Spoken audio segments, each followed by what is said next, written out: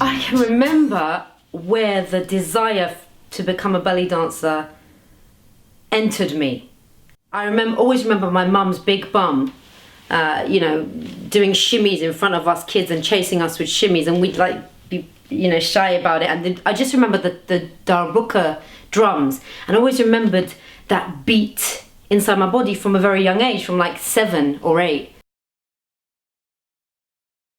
I think I must have been about 15, something like that, and we were at my neighbour's house. She was Lebanese, and she had a video. I liked her little girl. She was like 3 years younger than me, and we were sitting in front of the TV, and she had her family's wedding on, and they were all dancing. It was all women, and they were all dancing. They were doing belly dance, and I saw my mum and this Lebanese neighbour, and I think there was another woman in the room as well. They were so adoring. They were so, oh, she's amazing. Look at that. Look how she moves. She should be professional. Wow, she moves like Zohar Zeki. She's like this. I didn't know who Zohar Zeki was at the time, but all I saw was how much they adored one of my neighbour's relatives because she was dancing like this. And it was at that moment, I'm serious, I turned around, the girl was younger than me, she might even remember this, I turned around and I said to her, I'm gonna do that. That's what got the adoration. I thought, I want to be a professional dancer, but something inside me knew I was a slave. I was a slave to fear. So even though I'd imagine being a dancer with Michael Jackson, and to me I wanted to be a professional contemporary dancer, the ones on stage, the ones that tour, that's what I wanted. But it was easier for me to, in reality, become a belly dancer, because actually from a very young age I was always called beautiful. I was called so beautiful, that was all, that's all I remember.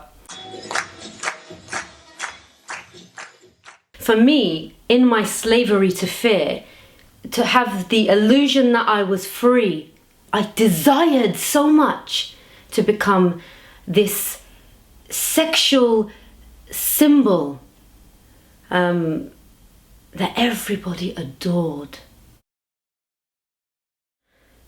The fact is, if you're a belly dancer, you and I both know deep down inside you, and I've spoken to many belly dancers, as I was, you're still a slave.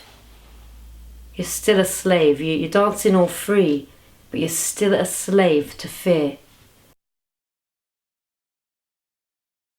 Once I'd done the belly dance, that part of me was expressed. Even though it was in the shadow, it was expressed. I did realise inside that it was not a fulfillment. I wasn't completely fulfilled, okay? So, but that side of me had been expressed. I was now confident enough to dance in public, I could do it. I still wasn't fulfilled, all right? What needed to be fulfilled next in my expression? My voice. Okay, so then I went to loads of singing. I've always been doing singing workshops, and I've always had singing teachers, but I never felt expressed. I guess nobody could do it for me, okay? The confidence or the where I had to be. No one could express me for me. I was, searching my heart, talking with God. What is my role? Is it a singer? Is it a singer? Because I've written songs. I've been writing poetry since I was younger.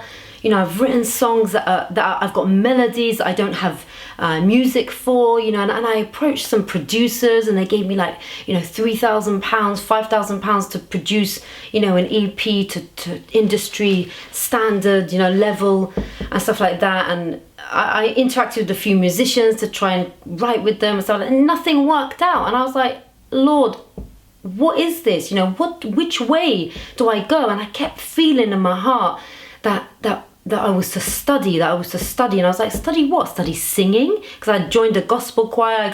I went through a lot of stuff through that. I was like, is that what it is? And I felt the Lord guide me to study music production. Now, I would have never looked in that direction. To be honest, I didn't even think that was a possibility. And it's funny that, isn't it? That I only thought singing and songwriting and learning an instrument. I didn't think of music technology. And you know what the amazing thing is that music technology frees me up to be the producer, you know, the mastering and engineer, the create, gives me the independence and freedom I need I needed and was seeking from other people. Well, God said to me, no, I want you to create fully.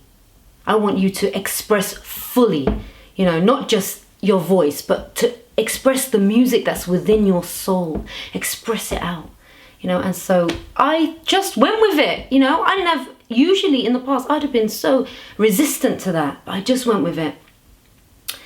I felt the doors open, you know. I was accepted into the college that I'm studying now. And I tell you, the first year, the first time I walked into the class, you know, the first week, couple of weeks,